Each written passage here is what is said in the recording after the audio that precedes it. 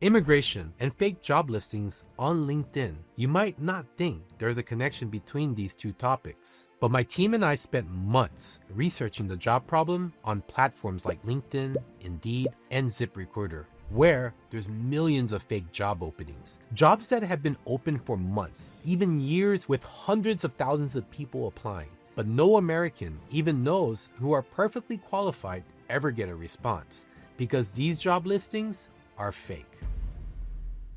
Wall Street Journal is recognizing that job listings abound, but many are fake. This is crazy, but frankly not that surprising from the experience I've had so far. In the last few weeks, I've been looking for new clients or maybe a full-time or part-time gig to help supplement my income. And after digging around, we found a weird link to an immigration crisis. So I want to unpack this all.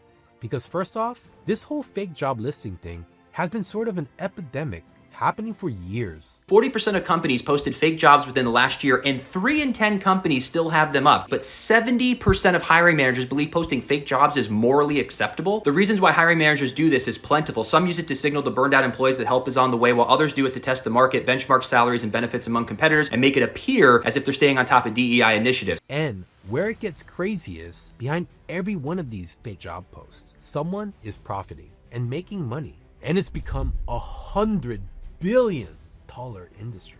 And it's causing some of the most recent immigration tension. Let me explain what's happening. So right now, if you go to LinkedIn looking for a job, you'll find over 1.7 million ghost jobs posts that aren't real. But why do companies do this? I'll get to the real reason in a second. Because first of all, I want to share some of the easier to understand reasons why a company would do this. First, some companies make fake job listings to create an illusion of growth, because when investors or partners see a lot of open roles, it signals that the company is growing, which builds investor confidence and can lead to more funding, better press, and even a boost in stock prices, which can be hundreds of millions of dollars. Another reason is some companies just want resumes, because by collecting hundreds or thousands of applications, they build a massive candidate database that they can use for future job roles or even market research. But this can be pretty dangerous, because some of those companies turn around and sell your data, which is creating a huge problem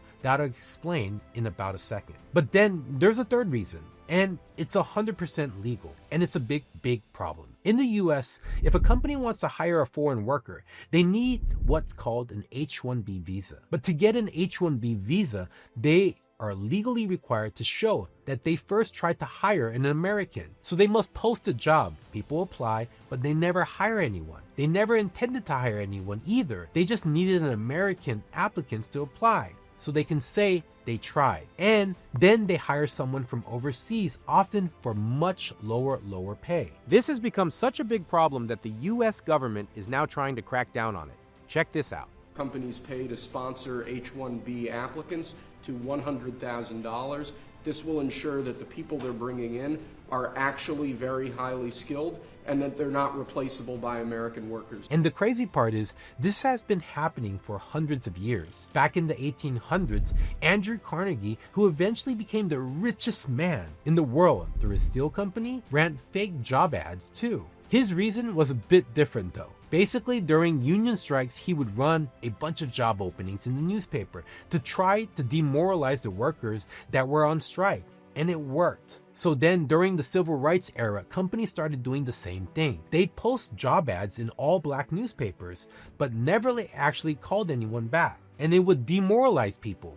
And today, the same thing is happening. Companies are posting fake jobs for so many different reasons. If you're sending out resumes and hearing nothing back, it doesn't mean you failed. It's just that sometimes that job was never there to win in the first place. And now that's happening on the surface. But underneath it all, it's not just a few shady companies tricking job seekers. Instead, what's really happening is part of a major, larger system. Third-party firms are being hired by big companies to basically create shell companies that are meant entirely to build and flood job boards with fake listings at scale. And they're getting very, very rich from it. Some of these big corporations in the world are paying these shell companies sometimes millions to flood the internet with fake job listings, gather resumes, and sell those to recruiters, while also quietly bringing in cheap labor from overseas. It's an entire industry, but some of the companies are tricking everyone and taking advantage of a lot of innocent people. Most of the companies doing this actually don't even exist. And they're not trying to inflate investor confidence or even collect resumes to sell it to recruiters.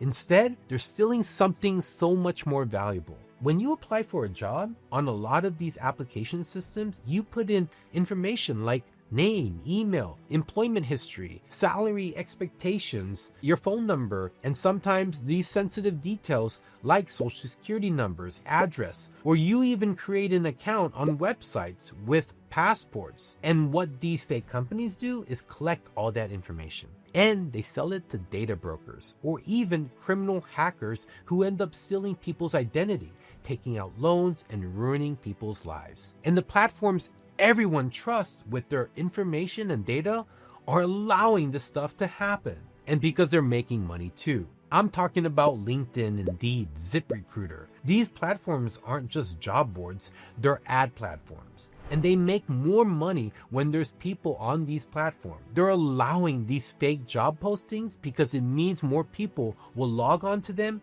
in their search. And they're making billions. LinkedIn alone pulled in a record $16.3 billion in revenue in 2024. And even if just 20% of that came from job postings, that still amounts to over $3 billion per year. That's billions generated from listings, authentic or not, because more listings drive more platform revenue. Now, the good part is that these fake job listings often follow a pattern. And if you know what to look for, you can avoid wasting your time. First, watch for the long-running listings with zero activity for months. Secondly, check the job description. Fake listings often include unrealistic or contradictory requirements, like asking for 10 years of experience in a technology that's only existed for 5. They also never mention details for an actual recruiter or a hiring manager, making it impossible to verify who's behind the role. And sometimes you'll see the same company post dozens of jobs, and not a single hire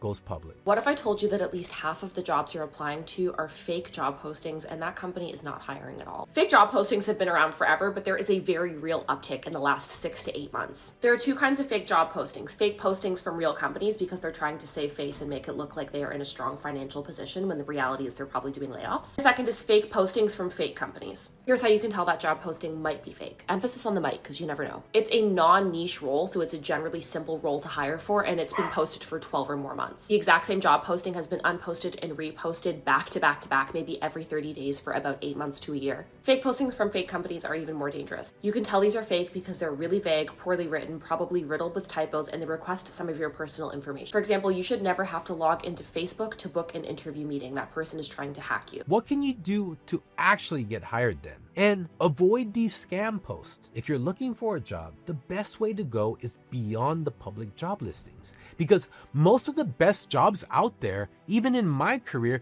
don't even get filled by a job listing. Instead, studies also show that 76% of jobs actually get filled through referrals and insider connection. Now, that doesn't mean you need a personal connection, but if you're around massively applying to thousands of jobs, you're wasting your time. Skip the job portal. Start networking with people in your industry. I'm talking about hiring managers, friends, people with connections. Secondly, you want to make sure you're in the right industry that's growing, hiring, and has a lot of new opportunities being made every year, because then there's enough real job listings to apply for. For example, information technology. The IT industry is growing faster than nearly every other industry, and there's over 356,000 new real jobs being created every year in this industry. In the tech industry, the problem there isn't sorting through fake listings or trying to get a job. But that's also the problem because there's so many options to get into tech. So to help with that, we made a free quiz to help anyone who wants to start a new career in tech. This quiz will reveal the perfect tech job that's based on your personality, your lifestyle preferences, and your current passions and skills. It takes 3 minutes, it's personalized, and it's 100% free. Tap the link on your screen or in the description to get your custom tech career path blueprint today.